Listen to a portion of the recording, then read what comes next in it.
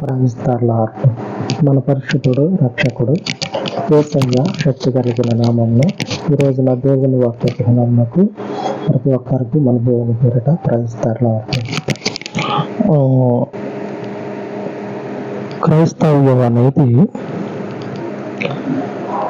మొదటి నుంచి ఇప్పటి వరకు తెలియనటువంటి వాళ్ళకి ఎట్లా ఉంటుందంటే గారడీ చేసేటువంటి వాళ్ళలాగా, అలాగనే ఒక మాయ చేసి మందేసేటట్లుగా, ఈ మ్యాజిక్ అంటారు కదా, మ్యాజిక్ లాగా అట్లా అనుకుంటారు తెలియనటువంటి వాళ్ళు.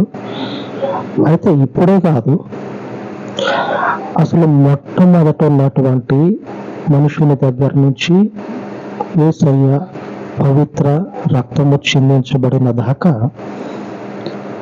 గారడీ కాదు అనేటువంటి విషయము లేఖనాలని పరిశోధిస్తూ ఉంటే ఇట్టే తెలిసిపోతుంది. ఎప్పుడుకో మైండ్ వెలగటం కాదు, లేఖనాలను పరిశోధిస్తూ ఉంటే, అంటే ఆ లేఖనంలో ఏమున్నది ఉన్నది పక్కకు పెడితే అసలు లేఖనంలో రాయబడినట్లుగా వాళ్ళ జీవితాల్లో గారడి అని చెప్పుకునేటువంటిది, తెలియనటువంటి వాళ్ళు చెప్పుకునే గారడి అనేటువంటి విషయము ఉన్నదా లేదా, అసలు దేవుని నిజమైనటువంటి శక్తి అనేది ఒకసారి పరిశోధన చేస్తే తెలిసిపోతుంది.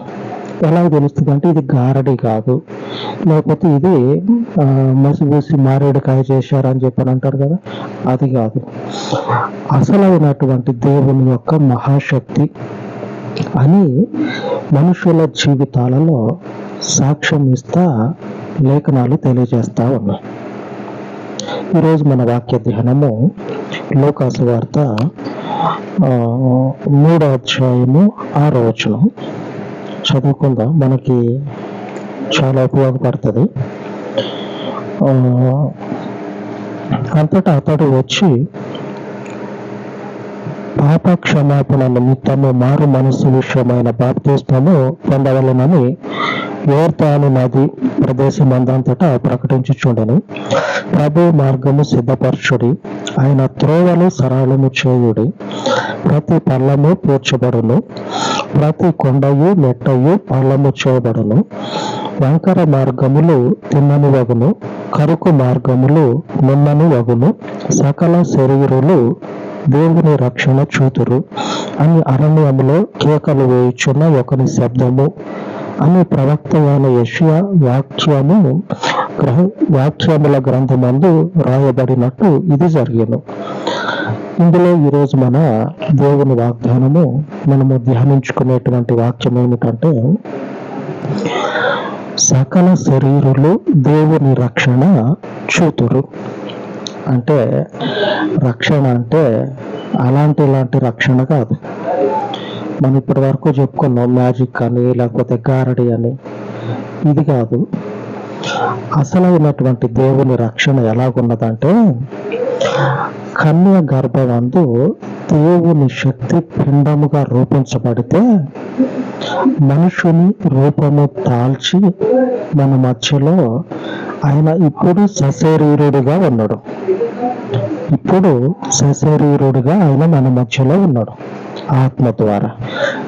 రక్షణకి ముందు, రక్తము చిందించబడక మునుపు మనలాగానే ఒంటి మీద వస్త్రం ధరించి భూమి మీద తిరిగిండు. సకల శరీరులు ఆయన రక్షణ చూసి ఇప్పుడు ఏమంటా ఉన్నారంటే గారడి అని అంటా ఉన్నారు. కాదు, అంతకు ముందు కూడా, ఇప్పుడు యెహోవా దేవుని కాలంలో, ఆ రోజుల్లో కూడా ఈ రకమైనటువంటి గొప్ప కార్యాలు జరిగినాయి. ఆ రోజుల్లో కూడా ఇప్పుడు జరుగుతూ ఉన్నాయి. దేవుని శక్తి చేత అద్భుతాలు అవలీలగా జరుగుతున్నాయి. సర్కస్ చూసి ఉంటారు, అలాగనే మ్యాజిక్ షో చూసి ఉంటారు డబ్బులు ఇచ్చి. తర్వాత బయటకు వచ్చినాక మనకు తెలుసు అంత మాయ, ఏం లేదాడా అని అంటారు. అయితే క్రీస్తు రక్తం అనేది మాయ అనేది కాదు. ఇప్పటికీ ఆత్మ ద్వారా అనేక కార్యాలు జరుగుతూ ఉన్నాయి. అది గ్రహించిన వాళ్ళు, తెలుసుకున్న వాళ్ళు ఇది దేవుని శక్తి అని సాక్ష్యం చెప్తారు. అంతకు ముందు రోజుల్లో కూడా ఇదే శక్తి దేవుని ప్రజల్లో పనిచేసింది. పోనీ ఇది ఒక మ్యాజిక్ అని చెప్పి నేను అనుకోవటానికి లేదు. నిజమైనటువంటి మాట మాట్లాడితే అనేకుల హృదయాలు ఎలాగుంటాయి అంటే అంగీకరించేటువంటి విధంగా మారిపోతాయి. ఈ తెలియని వాళ్ళు ఉంటారు కదా, ఇక వాళ్ళు తెలిసేటట్లు చెప్పినా కానీ అంగీకరించినటువంటి హృదయాన్ని కలుగుంటే నాకు తెలియదు అని అంటారు. ఎందుకంటే వాళ్ళ హృదయాలు అంగీకరించవు కాబట్టి. ఆ రోజుల్లో ఏం జరిగిందంటే ఇప్పుడు జరుగుతున్నట్లుగానే 2వ దినవృత్తాంతాల గ్రంథము 374 పేజీ, 2వ దినవృత్తాంతాల గ్రంథం 20వ అధ్యాయము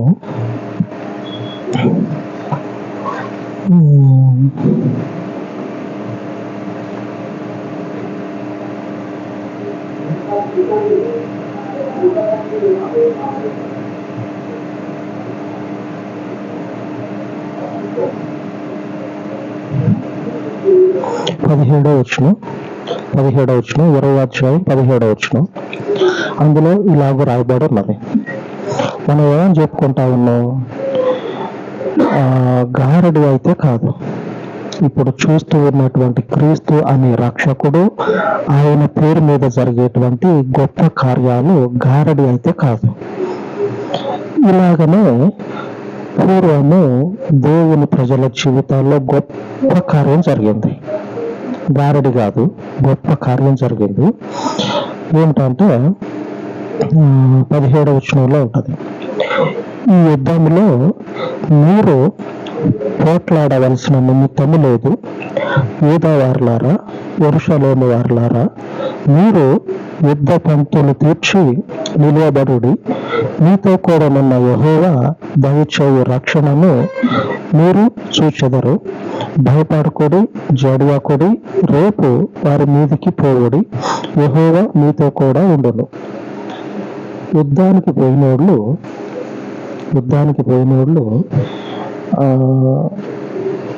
చేతిలో ఆయుధము ఇంకా మిగిలినటువంటి వాటిని దగ్గర పెట్టుకొని పోయి యుద్ధం చేయటానికే నిలబడతాడు. యుద్ధానికి పోయి బీడి తాగేటోడు కూడా ఉండడు. యుద్ధానికి పోయినోడు ఎవడైనా సరే యుద్ధం చేయటానికి నిలబడతాడు. అగ్గిపెట్టి తీసుకుపోయి బీడీ కాల్చుకుంటా చూడ్డు కదా, అటు ఇటు దిక్కులు చూసుకుంటూ ఉండడు కదా యుద్ధానికి పోయినోడు. అలా దేవుడు ఏమని చెప్తా ఉన్నాడు అంటే, యుద్ధానికి పోండి. యుద్ధానికి పోయి మీరు ఖాళీ నిలబడి ఏం చేయొద్దు, నిలబడి చూడండి. యుద్ధానికి పోయినటువంటి వాళ్ళు ఏం చేస్తారంటే యుద్ధం చేయాలి. కానీ దేవుని వాక్యం ఏమని చెప్తా ఉందంటే, దేవుడు దయచేసే రక్షణ మీరు నిలబడి చూడండి. యుద్ధానికి ఎప్పటిలాగానే అన్ని తీసుకొని పోయి కాళ్ళు నిలబడి చూడండి. మీరేమి చేయొద్దు, యుద్ధంలో పోట్లాడొద్దు. యుద్ధానికి పోయి యుద్ధంలో పోట్లాడొద్దు. మరి యుద్ధంలో పోట్లాడకుండా ఏం చేయాలి? దేవుడు యుద్ధం చేస్తాడు, మీరు నిలబడి చూడండి. 17వ వచనంలో రాయబడి ఉన్నది, మళ్ళీ ఒకసారి చదువుకుందాం. ఈ యుద్ధంలో మీరు పోట్లాడవలసిన నిమిత్తం లేదు. గొడవకు పోతే గొడవ పడాలి. యుద్ధానికి పోయి పోట్లాడొద్దు. మీరు దేవుడు దయచేసే రక్షణ మీరు నిలబడి చూడండి. అంటే దేవుడు పైనుంచి దిగి వచ్చి వాళ్ళ కోసం యుద్ధం చేస్తాడంట. ఎలాగ చేయబోతుందో తెలియదు, కానీ ఏమని సెలవిస్తా ఉన్నాడంటే దేవుడు మీరు నిలబడి చూడండి అంతే. ఇక్కడ జరుగుతూ ఉన్నది ఒక చిత్రం ఏమిటంటే, గాలిలో దీపం పెట్టి దేవునితో భారము అని ఉన్నది. మీకు అర్థమయ్యేటట్టు చెప్పాలంటే, గాలిలో దీపం పెట్టి దేవునితో భారం అని ఉన్నది. ఉంటుంది అమ్మరాదు ఆ దీపం? ఉంటుంది ఆ దీపం? ఏ మాత్రం ఉండదు. మరి ఇక్కడ దేవుడు ఏమని చెప్తా ఉన్నాడు? మీరు యుద్ధానికి పోండి, పోయి మీరు ఏ మాత్రం కూడా పోట్లాడేటువంటి పని లేదు, యుద్ధం చేసే పని లేదు. మీరు నిలబడి నిలబడి 17వ వచనంలో ఉన్నది. 17వ వచనంలో మీతో కూడానున్న యెహోవా దయచేయు రక్షణను మీరు చూచెదరు. అంతకుముందు వచనంలో ఏమని ఉన్నదంటే, యూదా వారులారా, యెరూషలేము వారులారా, మీరు యుద్ధ పంక్తులు తీర్చి నిలబడండి. అంటే యుద్ధానికి ఎలాగైతే ఎవరి వరుసలో వాళ్ళు నిలబడతారో అదే వచనంలో రాయబడి ఉన్నది. ఎవరి వరుసలో వాళ్ళు నిలబడి ఉంటారో అలాగ నిలబడి మీరు దేవుడు చేసేటువంటి యుద్ధాన్ని చూడండి. మీరు పోట్లాడుతూ అంటారేమో, నిలబడి చూస్తూ ఉండండి. మీరు ఏమి చేయొద్దు, చూస్తూ ఉండండి. దేవుడు దయచేసే రక్షణని చూస్తూ ఉన్నాడు. దేవుని ప్రజలకు దేవుడు చెప్తా ఉన్నాడు, మీరు ఈ పని చేసి మీరు యుద్ధానికి పోయి కానీ యుద్ధం చేయొద్దు. పోయి కానీ మీరేం చేస్తారంటే దేవుడు ఇచ్చేటువంటి రక్షణని చూడండి. ఈ రోజు కూడా ఏం జరుగుతా ఉన్నాయి అంటే, దేవుని గొప్ప కార్యాలు మన జీవితాల్లో జరుగుతా ఉన్నాయి. ఆ జరిగించేటువంటి యేసు ప్రభువు మనందరి ముందు ఈ రోజు నిలబడ్డాడు. సకల మనుషులు, ఇప్పుడు ఉన్నటువంటి వాళ్ళందరూ కూడా ఈ గొప్ప కార్యాలను చూస్తా ఉన్నారు. దేవునికి స్తోత్రం కలుగును కాక. ఎందుకంటే మ్యాజిక్ కాదు, లేకపోతే ఇది గారడి కాదు. అద్భుతాలు, దేవుని కార్యాలు మనుషుల జీవితాలలో విస్తారంగా జరుగుతున్నాయి. దేవుని శక్తి చేత, దేవుని ఆత్మ చేత గొప్ప గొప్ప కార్యాలు జరుగుతూ ఉన్నాయి. ఆ రోజుల్లో కూడా జరిగినాయి, ఇప్పుడు కూడా జరుగుతూ ఉన్నాయి. అలాగనే అపోస్తలుడైనటువంటి పౌలు విషయంలో ఒకసారి చూస్తే, ఇప్పుడు జరుగుతూ ఉన్నది గారడి కాదు, లేకపోతే మాయ కాదు, మంత్రం కాదు, ఇంకా వీటికి మించి ఇది అసలు గారడియే కాదు. దేవునిది అనేటువంటి విషయము స్పష్టమవుతుంది. చదువుకుందాం వచనం. అపోస్తలుల కార్యము 19వ అధ్యాయము, అపోస్తలుల కార్యము 122వ పేజీ నంబరు 122.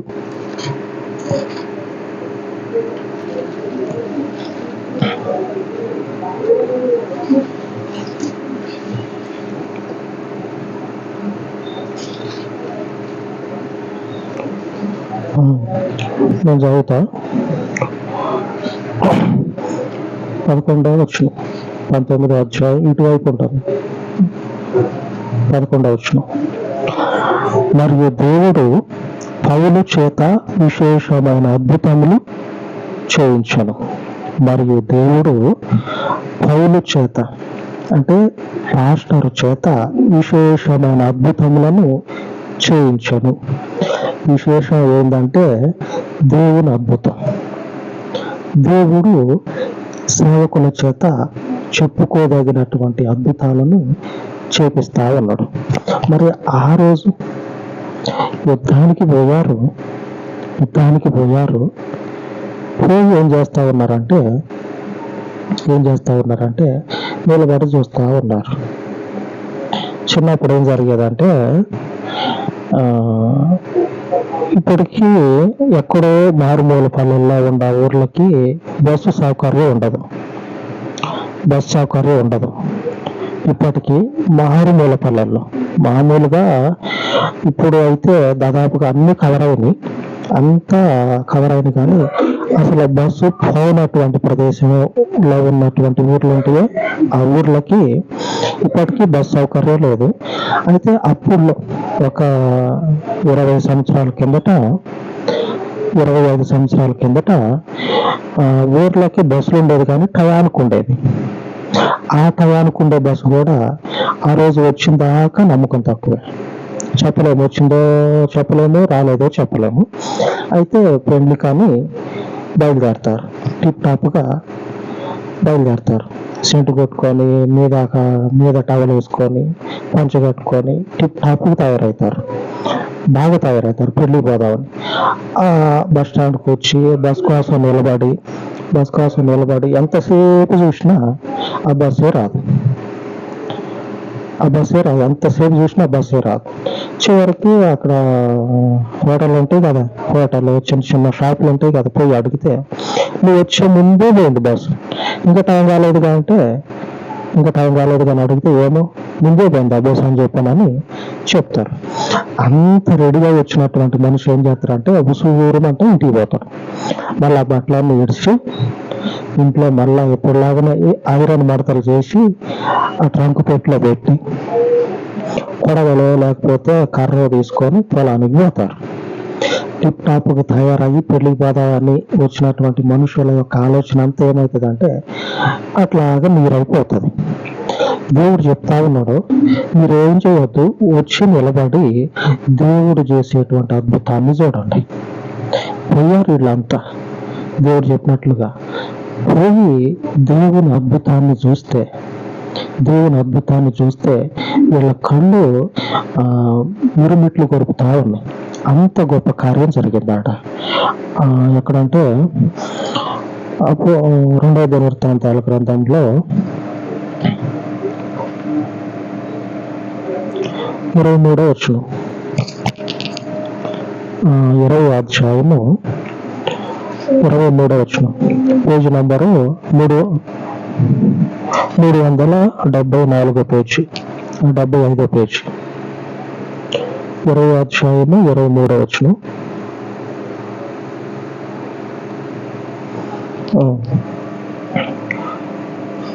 23వ వచనంలో అమ్మోనీయులను, మోయాబీయులను, షేయీరు మన్య నివాసులను బొత్తిగా చంపి నిర్మూలము చేయవలెనని పొంచి ఉండి వారి మీద పడిరి. వారు షేయీరు కాపురస్తులను కడముట్టించిన తర్వాత తమలో ఒకరినొకరు చంపుకొనుటకు మొదలుపెట్టారు. అంటే వాళ్ళే తమ్ముకొని చచ్చిపోతా ఉన్నారు. సైన్యంలో ఉన్నటువంటి వాళ్ళు ఏమైందో తెలియదు, ఒకరినొకరు చంపుకోవటం మొదలుపెట్టారు. వీళ్ళు చూస్తా సంతోషపడతా ఉన్నారు. ఎవరి చేతిలో ఉండే కత్తి వాళ్ళ చేతిలోనే ఉంది. దేవుడు చెప్పిండు, మీరు నిలబడి దేవుడు చేసేటువంటి గొప్ప అద్భుతాన్ని చూడండి. వీళ్ళందరూ నిలబడి చూస్తూ ఉంటే ఆ శత్రువులందరూ ఏమవుతా ఉన్నారంటే ఒకరినొకరు చంపుకోవటం మొదలుపెట్టారు. అందులో మరి ఏం జరిగిందో, ఏ తిక్కలోడు ఏ ఎరి పని చేసి ఆ పక్కనుండేవాడు కోపం తెప్పించుడో, ఆ ఎరి కోపంతో వాడు వీడిద్దరికిద్దరు గొడవ అయ్యి ఆ ఇద్దరు గొడవ కాస్త 10 మందికి అంటుకొని, ఆ 10 మంది కాస్త ఏమైందంటే సైన్యానికి అంటుకొని మొత్తం సైన్యం అంతా ఏం చేస్తా ఉన్నారంటే ఒకరినొకరు చంపుకుంటా ఉన్నారు. ఏం జరిగిందో తెలియదు. దేవుని రక్షణ, దేవుని కార్యము మన జీవితాలలో అంతకు ముందు ఉన్నటువంటి ప్రజల దగ్గర నుంచి ఈ రోజు ఉన్నటువంటి పౌలు, అపోస్తలుడైనటువంటి పౌలు దగ్గర నుంచి ఇప్పటి వరకు విశేషమైనటువంటి దేవుని కార్యాలు మన ముందు కనపడతా ఉన్నాయి. ఆయన రక్షణ సకల ప్రజల ఎదుట ఇప్పుడు నిలబడి ఉన్నది. మనందరి ముందు ఆ రక్షణను మనం చూస్తా ఉన్నాం. అద్భుతాల చేత, విశేషమైనటువంటి అద్భుతాల చేత, విశేషమైనటువంటి చెప్పుకోదగినటువంటి అద్భుతాలు. అక్కడ ఉండే వాళ్ళందరూ అనుకుంటారు ఇంత గొప్ప కార్యము ఎప్పుడు చూడలే, ఇంత గొప్ప కార్యం అని. చెప్పుకోదగినటువంటి గొప్ప దేవుని కార్యాలు మన జీవితాల్లో మనకు ఎదురుపడతా ఉన్నాయి. దేవుని శక్తి మాత్రమే. అంతటి బలమైనటువంటి దేవునికి మహిమ కలుగును గాక. ఈ రోజున మన ముందున్నటువంటి ఈ రక్షకుడు సాక్షాత్తు ఆ పరలోకం నుంచి దిగి వచ్చినటువంటి రక్షకుడు. ఈ రక్షకునికి మించినటువంటిది ఎక్కడ ఏ ప్రాంతంలో కానీ పరలోకంలో కూడా లేదు. ఎందుకంటే పరలోకంలో ఉన్నదో ఈయననే మన దగ్గరకు వచ్చిండు. ఆమేన్. ఇప్పుడు ఈయన పరలోకంలో ఉన్నాడు. ఆమేన్. అంతటి మహోన్నతుడైన దేవునికి మనం ఈరోజు వారసులముగా ఉన్నాం. ఆమేన్. దేవుడు తన వాక్యము దీవించును గాక. ఆమేన్.